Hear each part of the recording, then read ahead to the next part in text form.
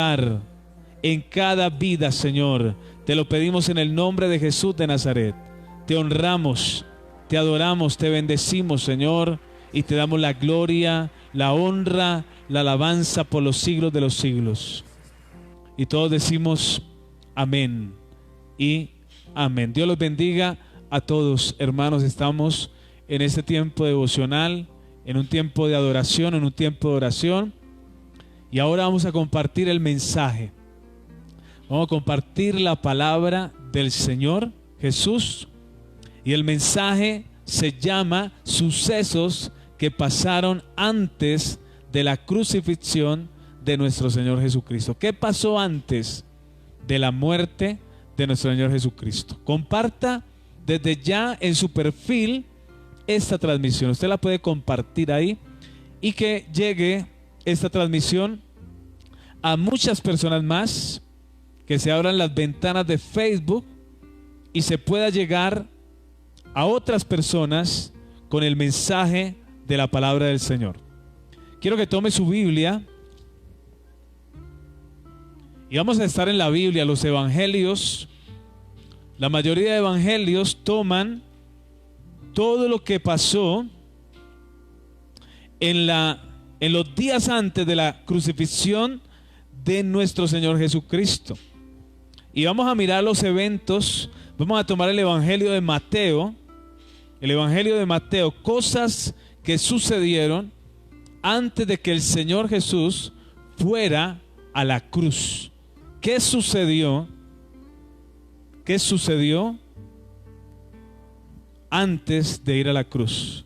¿Qué pasó con el Señor Jesús? Y vamos a ir a Mateo 24. Lo primero que sucedió fue su discurso acerca de las señales antes del fin. Mateo 24 toma bastantes cosas, como otros evangelios toman bastantes cosas, son más detallistas de lo que sucedió con Jesús. El libro de Mateo capítulo 24 toma todo un capítulo y 2 capítulos para hablar acerca de esas señales antes del fin. Entonces empieza diciendo las señales, todas las señales que hemos compartido a través de estos mensajes, a través de esta transmisión, las señales que estamos viviendo en este tiempo, porque estamos viviendo los tiempos finales. Entonces el Señor, antes de morir, por una pregunta a los discípulos, les expone todo lo que va a suceder en los postreros días. En los postreros días. Entonces, en los postreros días, como hambres, como pestes, como terremotos, como señales en el cielo y muchas cosas más, y que todo eso serán principios de dolores.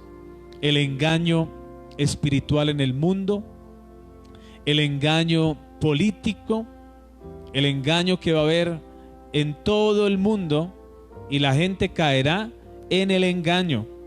Y él habla también de su segunda venida y nos da palabras que tenemos que tener en cuenta, como decirnos que el que persevere hasta el fin, ese será salvo. O sea que el evangelio es de perseverar, y ese es un mensaje completo para el pueblo de Dios, donde tenemos que permanecer en Jesús para siempre. Los falsos profetas fue gente que no permaneció en Jesucristo. Los engañadores, los que se fueron tras lo terrenal, tras el pecado de inmoralidad, y tomaron por libertinaje la gracia de Dios. Entonces eso es para todos. Todos debemos perseverar hasta el fin. Cada creyente, cada cristiano debe permanecer en Jesús. Y es un mensaje completo, amplio, de lo que es perseverar y permanecer en Cristo. Dice Jesús en la parábola de la vid: el que en mí no permanece es echado fuera como el pámpano y arden. Los echan en el fuego y arden. Hablando muy claramente de que el que no permanece en Jesús va a sufrir la perdición y la condenación. Entonces el evangelio es de perseverancia, el evangelio es de permanencia en el Señor. Ese es el mensaje a las 7 iglesias. A las 7 iglesias, a 5 de ellas les dice: han perdido cosas, tienen que arrepentirse, tienen que volver al primer amor. Me han dejado afuera, no han permanecido en mí, tienen que permanecer en mí. O sea que el Señor da unas normas y unas palabras acerca de la vida de fe y de la vida cristiana, y es necesario permanecer en el Señor. Entonces, sucesos que pasaron fue su enseñanza acerca del tiempo del fin, y les dice que Él vendrá como relámpago, Él vendrá y todo ojo le verá, y vendrá con sus ángeles, y vendrá con poder y gloria. Y todo es el mensaje del capítulo 24 de Mateo. Y el capítulo 25 habla acerca de algunas parábolas que tienen como contexto las señales del tiempo del fin. Entonces da la parábola de las vírgenes necias, que usted la conoce: 5 sensatas, 5 imprudentes. 5 se prepararon, 5 permanecieron, 5 perseveraron, las otras 5 no perseveraron. Después les habla de la parábola de los talentos, de producir los talentos, de producir los talentos, de multiplicar los talentos, de aprovechar el tiempo para multiplicar lo que Dios te entregó. Y habla ahí de que es fiel el que produce los talentos. Termina diciéndole: buen siervo fiel, sobre poco has sido fiel, sobre mucho te pondré, entra en el gozo de tu Señor. Eso va a ser al final de los tiempos. Pero la palabra del Señor dice, el Señor Jesús dice: yo vengo pronto y mi galardón conmigo para pagar a cada uno conforme a sus obras. Él viene pronto, es la parábola de los talentos. Yo vengo pronto y mi premio conmigo para pagar a cada uno según lo que hayan hecho en la tierra. Entonces es una parábola también importante, impresionante por todo lo que dice, que nos debe traer temor de Dios y aprovechar los días y aprovechar los tiempos para hacer la obra de Dios y para multiplicar lo que Dios te entregó, los talentos que Dios te dio. Entonces eso pasó días antes de la muerte de Jesús, el discurso de las señales antes de los tiempos. Eso lo relata Mateo 24 en adelante y Mateo 25. Después le da la parábola del juicio de las naciones, que usted también la conoce. Cuando venga el Hijo del Hombre, cuando Él venga en gloria y todos los santos ángeles con Él, entonces se sentará en su trono de gloria y serán reunidas delante de Él todas las naciones, dice el juicio de las naciones, y apartará los unos de los otros, como aparta el pastor las ovejas de los cabritos, y pondrá las ovejas a su derecha y a los cabritos a su izquierda. Entonces el rey dirá a los de su derecha: venid benditos de mi Padre, heredad el reino preparado para vosotros desde la fundación del mundo. Porque tuve hambre y me diste de comer, tuve sed y me diste de beber, fui forastero y me recogisteis, estuve desnudo y me cubristeis, enfermo y me visitasteis, en la cárcel y vinisteis a mí. Entonces los justos le responderán diciendo: Señor, ¿cuándo te vimos hambriento y te sustentamos, o sediento y te dimos de beber? ¿Y cuándo te vimos forastero y te recogimos, o desnudo y te cubrimos? ¿O cuándo te vimos enfermo en la cárcel y vinimos a ti? Y respondiendo el rey les dirá: de cierto digo que en cuanto lo hiciste a uno de estos mis hermanos más pequeños, a mí lo hicisteis. Entonces dirá también a los de la izquierda: apartaos de mí, malditos, dice el Señor, al fuego eterno preparado para el diablo y sus ángeles.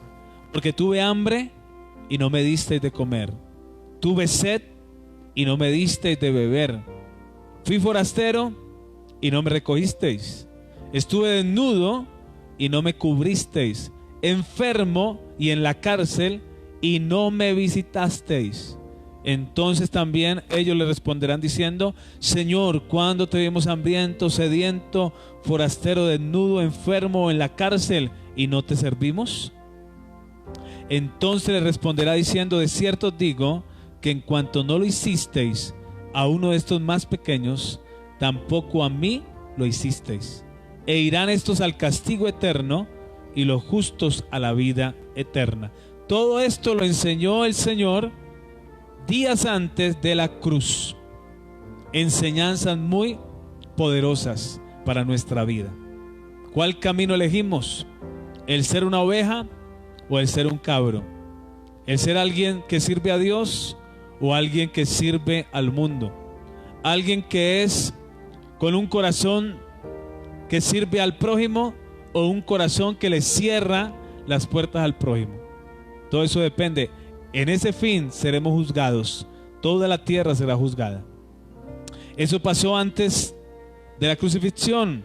Lo segundo que pasó fue la conspiración para matar a Jesús de parte del Sanedrín judío, del sumo sacerdote, de Anás y Caifás, que eran los sacerdotes de ese tiempo. Y hubo un complot para matar al justo. Hubo un complot y una conspiración para destruir a una persona. Como hay muchos complots en el mundo para destruir a personas. ¿Cuántas vidas han sido asesinadas porque detrás de todos ellos hubo conspiraciones, hubo complot por gente, por líderes sociales, por gente en el mundo que ha querido hacer un bien para la humanidad? Y entonces se convirtieron en enemigos de unas élites. Y esas élites, como esta élite del Sanedrín judío o el consejo de ancianos, los 71 ancianos que eran los del Sanedrín judío, los que componían el Sanedrín judío, fueron los que dijeron: hay que matar a Jesús, porque Jesús, todo el pueblo lo sigue. Lo mataron por envidia. Lo mataron porque lo seguían. Lo mataron porque predicaba con autoridad y no como los fariseos, dice la palabra. Lo mataron por los milagros. Lo mataron porque era bueno. Lo mataron porque amaba a la multitud. Lo mataban porque la gente también lo amaba. Y entonces, ¿qué hicieron con él? Hicieron un complot. Y dijeron: de esta manera lo tenemos que matar. Dios está en todos los evangelios, hermano. Imagínense que todos los evangelios relatan esta conspiración contra el Señor. Marcos en el capítulo 14, Lucas en el capítulo 22 y el evangelio de San Juan en el capítulo 11, 45. Y aquí en Mateo en el capítulo 26, donde estamos, dice la palabra: cuando hubo acabado Jesús todas estas palabras. ¿Cuáles? Las señales antes del fin, la parábola de las vírgenes necias, la parábola de los talentos y el juicio de las naciones. Cuando hubo acabado Jesús todas estas palabras, dijo a sus discípulos: sabéis que dentro de 2 días se celebra la Pascua y el Hijo del Hombre será entregado para ser crucificado. Él ya lo sabía. Él sabía lo que le iba a suceder. Entonces, versículo 3, los principales sacerdotes, los escribas y los ancianos del pueblo se reunieron en el patio del sumo sacerdote llamado Caifás y tuvieron consejo para prender con engaño a Jesús y matarle. Pero decían: no durante la fiesta, para que no se haga alboroto en el pueblo. Y ellos ya estaban planeando la muerte del Señor. La muerte del Señor. Entonces fueron perversos. Fue gente mala.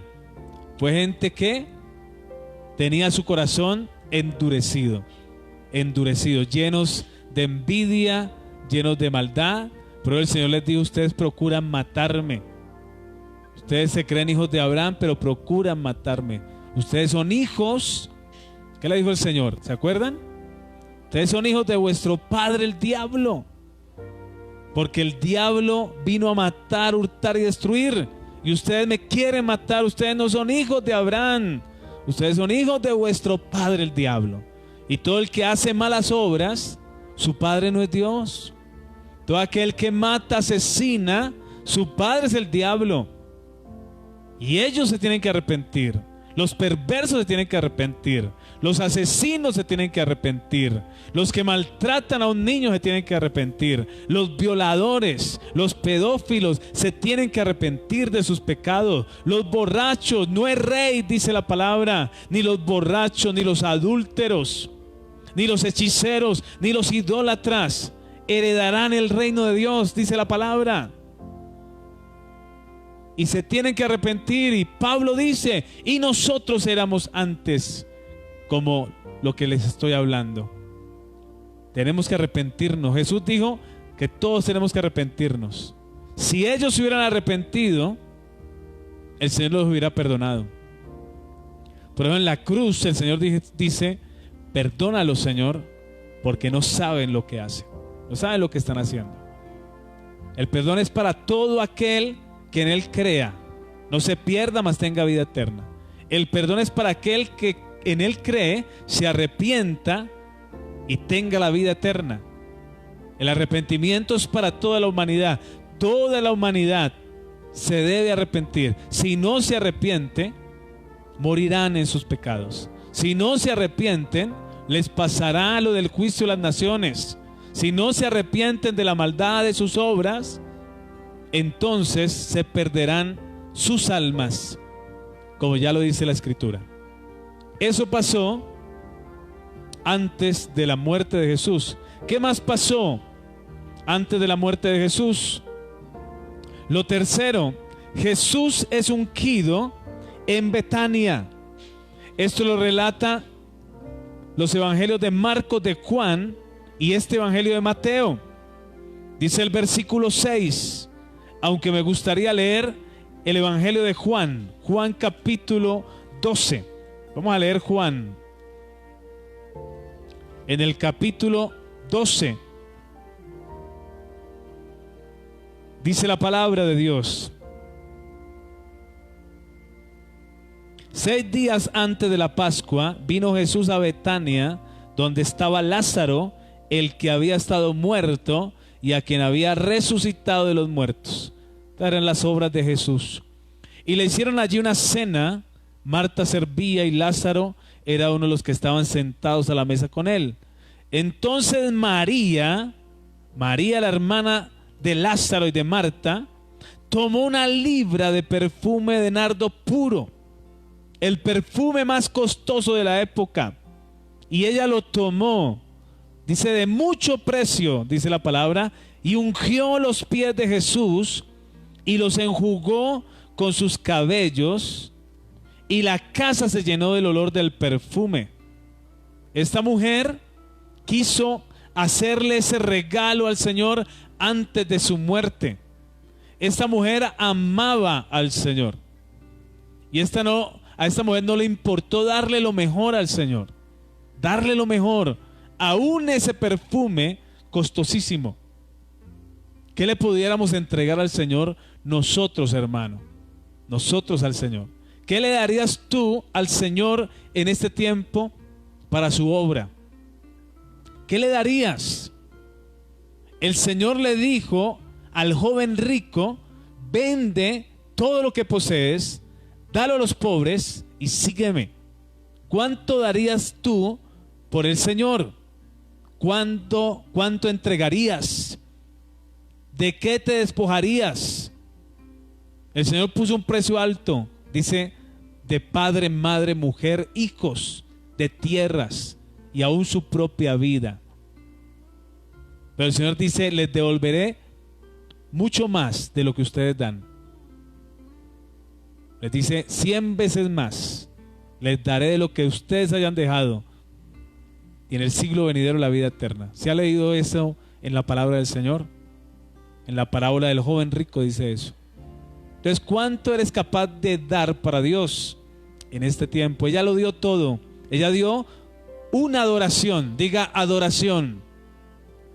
Eso se llama adoración. Adoración a Dios. Entregarle todo. Entregarle tu corazón, entregarle tu alma en adoración. Rendirte a Él. Darle todo. Todo, despojarse de todo, de todo. Es una entrega total a Él. Es dejar las preocupaciones en Él. Es dejar los ídolos en Él. Quitar los ídolos. Un ídolo no solamente es un yeso. No solamente es una persona. Un ídolo puede ser el dinero. Un ídolo puede ser un hijo, un novio, una novia, un esposo, una esposa. Se puede convertir en tu ídolo. Dependes de Él y no dependes de Cristo. Y Dios quiere que tú le des todo, que le entregues todo a Él. Esta mujer lo adoró. Versículo 4. Y díjonos de sus discípulos, Judas Iscariote, hijo de Simón, el que le había de entregar, ¿por qué no fue este perfume vendido por 300 denarios y dado a los pobres? Pero dijo esto no porque se cuidara de los pobres. O sea, él no tenía amor por los pobres, sino porque era ladrón. Judas Iscariote era ladrón, y teniendo la bolsa, sustraía de lo que se echaba en ella. O sea, tomaba de las ofrendas que recogía el Señor Jesús. Entonces Jesús dijo, déjala. Le dice a Judas, déjala, para el día de mi sepultura ha guardado esto, porque a los pobres siempre los tendréis con vosotros, mas a mí no siempre me tendréis.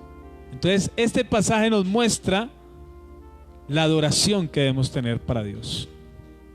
La adoración, la entrega, nuestra entrega a Él, nuestra entrega. ¿Cuánto tiempo le entregas a Dios? ¿Cuánto tiempo le das al Señor? ¿Cuál es tu entrega de corazón? ¿O hay cosas que te impiden la entrega de todo tu corazón a Dios? Hay cosas que te impiden, como el pasado. Hay cosas que te impiden, como los rencores, los resentimientos, los odios. Hay cosas que te impiden entregarte a Dios de todo corazón, las heridas profundas, las heridas del alma. Es tiempo de adorarle con todo tu corazón. Sumérgete en Él y Él hará lo que tú no puedes hacer.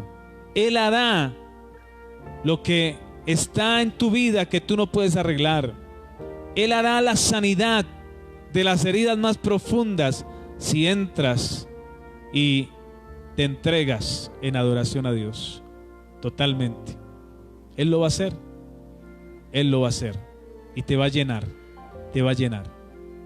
Entonces Jesús es ungido en Betania, adoración. ¿Qué más sucedió? La traición de Judas.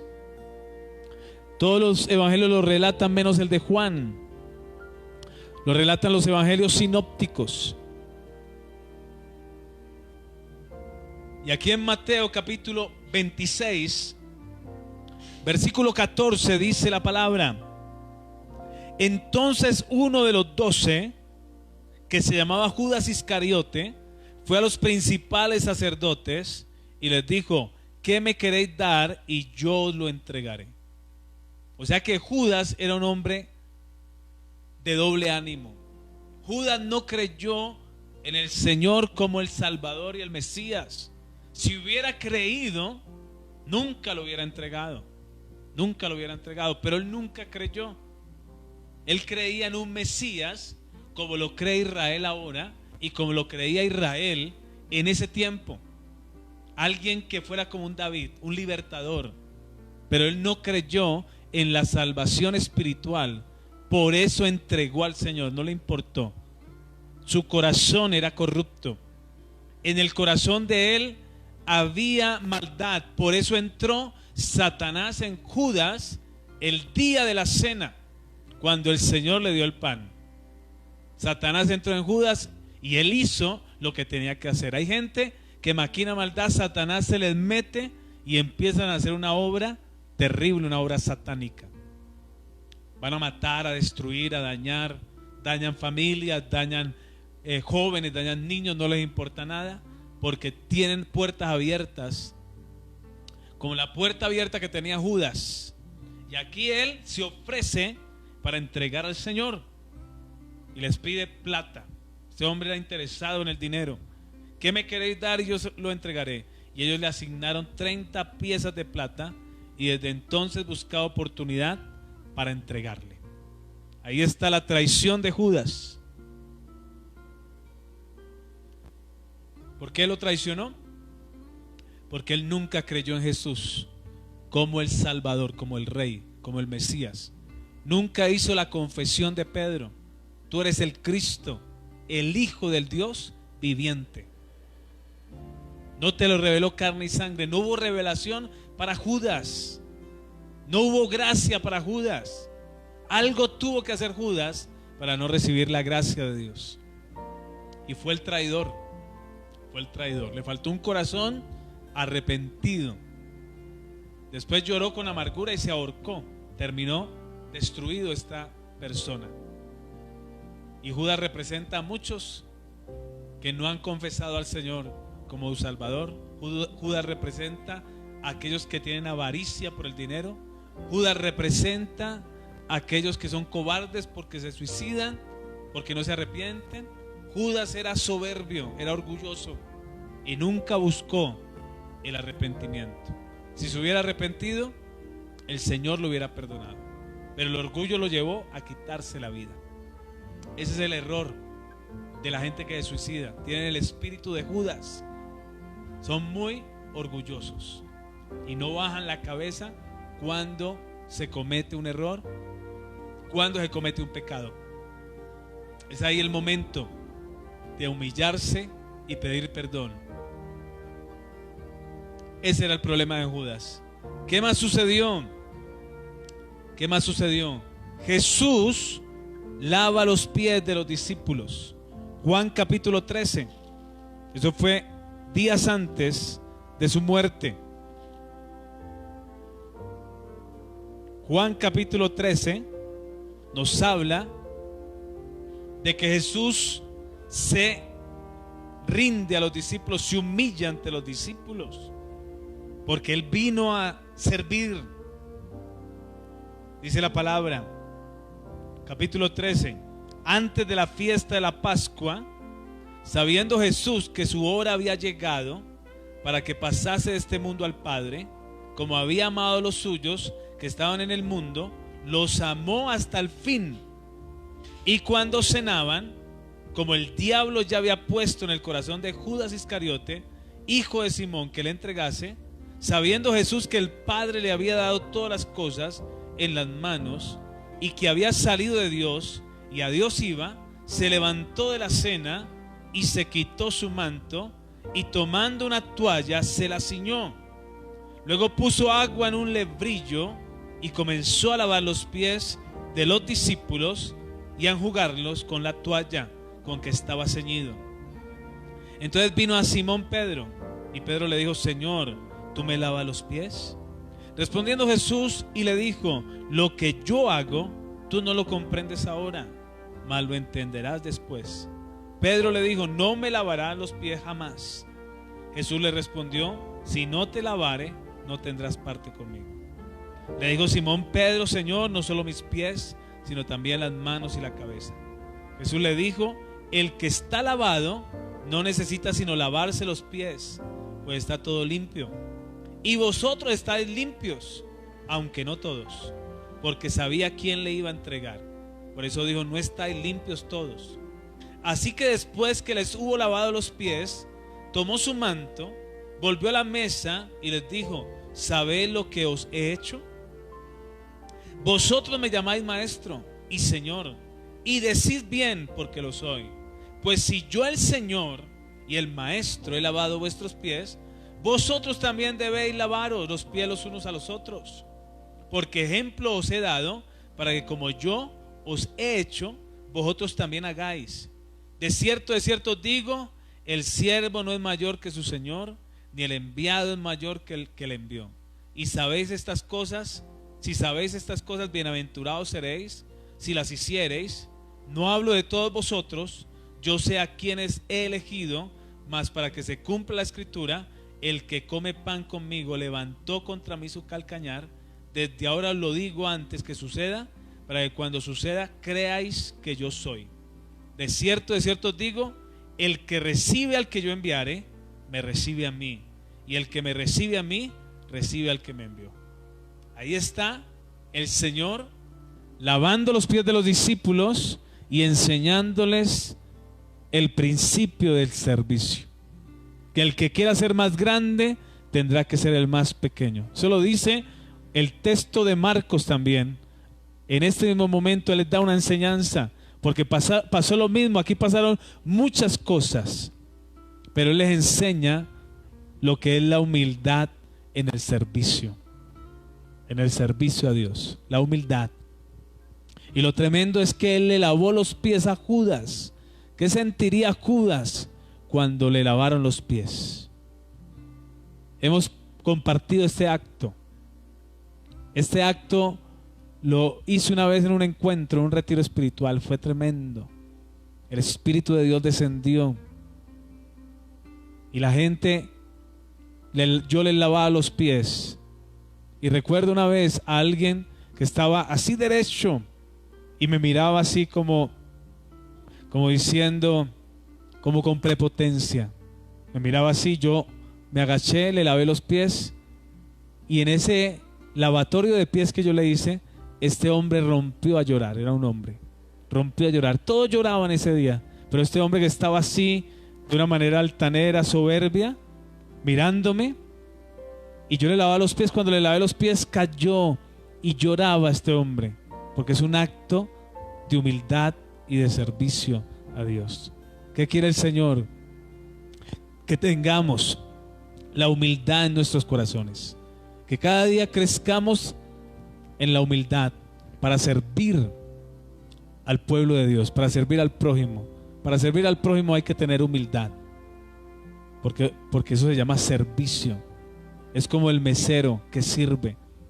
Somos los meseros que servimos en las mesas. No somos los reyes que vienen y nos sirven. Y Jesús era el Rey de Reyes, pero vino a servir y dar su vida en rescate por muchos. Esa es una enseñanza de Jesús. ¿Qué más pasó? ¿Qué más pasó días antes de la muerte del Señor? Un día antes instituyó la cena. Aquí está hablando en la misma cena, en este lavatorio de pies. Los otros evangelios no relatan este lavatorio de pies, pero sí relatan la institución de la cena del Señor.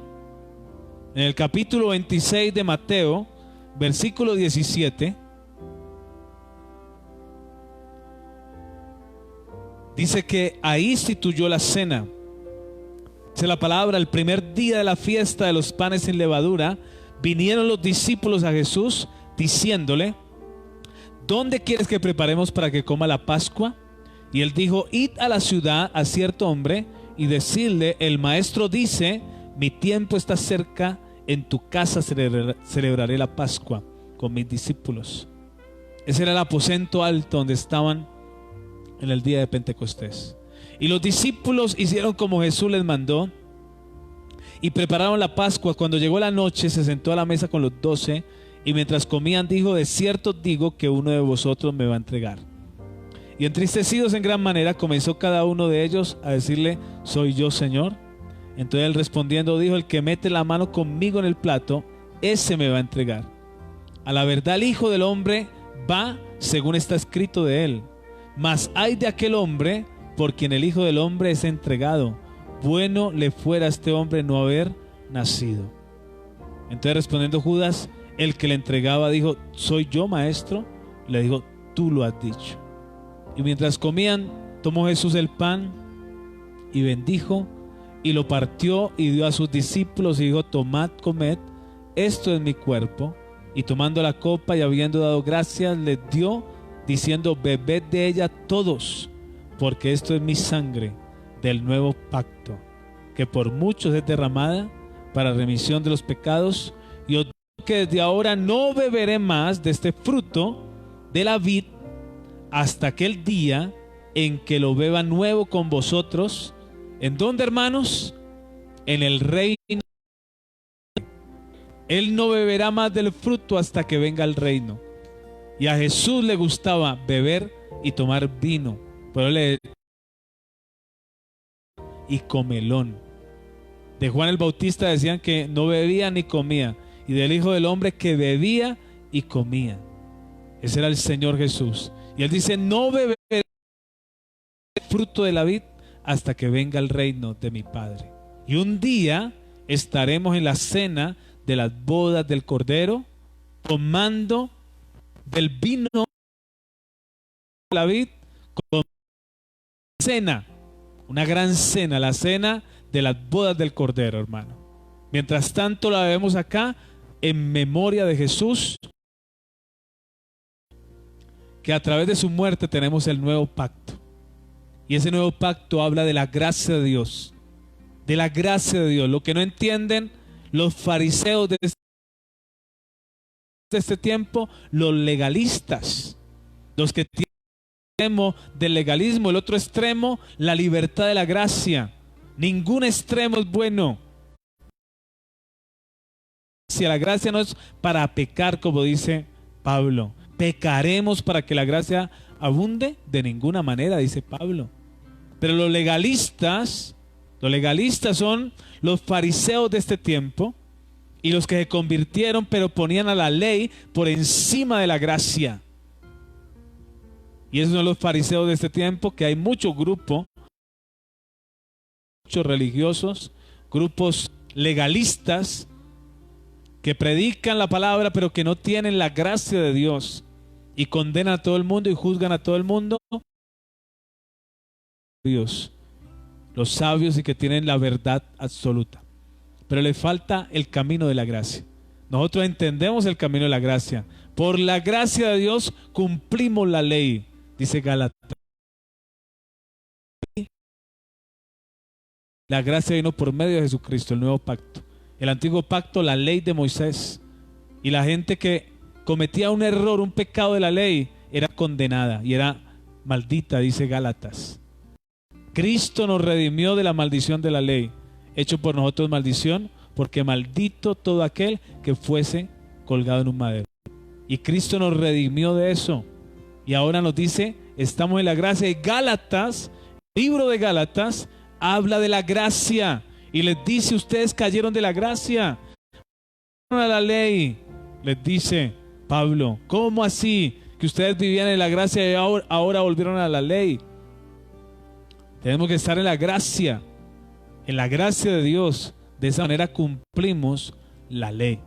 La ley es el cumplimiento de la gracia en nosotros. Gálatas dice eso. Mas el fruto del Espíritu, y nombra el fruto del Espíritu: amor, paz, gozo, fe, templanza, mansedumbre. Y dice que contra estas cosas no hay ley. O sea, no hay condenación, no hay juicio para aquel que está en la gracia de Dios. Y esto es un tiempo de gracia. Tú no te vas a perfeccionar si no recibes la gracia de Dios, que es el Espíritu Santo, que es el bautismo del Espíritu Santo. Eso te va, por eso la parábola de las vírgenes. Las vírgenes se llenaron del aceite. Y es tiempo de gracia, de llenarse de la gracia de Dios, mientras la gracia está en el mundo. Porque el día del arrebatamiento, el Espíritu Santo ya no estará ministrando en el mundo, en los gentiles. El Espíritu Santo estará sobre Israel. Se posará en Israel para hacer su obra en Israel solamente. Como los tiempos de la gracia de Dios, que esa es la que nos cambia. Ese es el nuevo pacto que habla la cena del Señor. Mañana tomaremos la cena del Señor. Prepare su cena. Y por último, hermano, ¿qué pasó antes de la muerte de Jesús? Y esto fue entrada la noche del día jueves. Jesús en Getsemaní. Jesús ora en Getsemaní. capítulo 26, versículo 36. Dice la palabra: entonces llegó Jesús con ellos, se llama Getsemaní, y dijo a sus discípulos: sentaos aquí, entre tanto que voy allí y oro. ¿Qué dijo él? Voy a orar. O sea, hubo una necesidad de orar para Jesús, para pasar el trago amargo, para pasar la prueba, que era el padecimiento, que era el dolor, que era todo lo que iba a sufrir, todo lo que sufrió el Señor: golpes, puñetazos, látigo. Ahí estuvo el Señor y Él tenía que prepararse. Y por eso dice: voy a orar. Versículo 37: y tomando a Pedro y a los dos hijos de Zebedeo, comenzó a entristecerse y a angustiarse en gran manera. Entonces Jesús les dijo: mi alma está muy triste hasta la muerte, quedaos aquí y velad conmigo.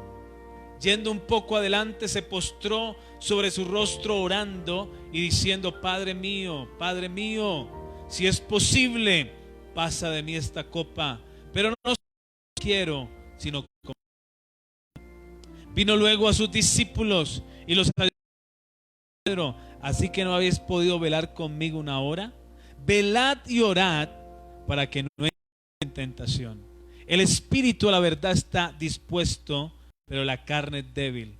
Otra vez fue y oró por segunda vez diciendo: Padre mío, no puede pasar de mí esta copa sin que hágase tu voluntad.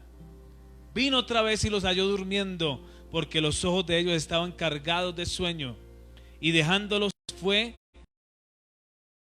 por tercera vez diciendo las mismas palabras. Entonces vino a sus discípulos y les dijo: dormid ya y descansad.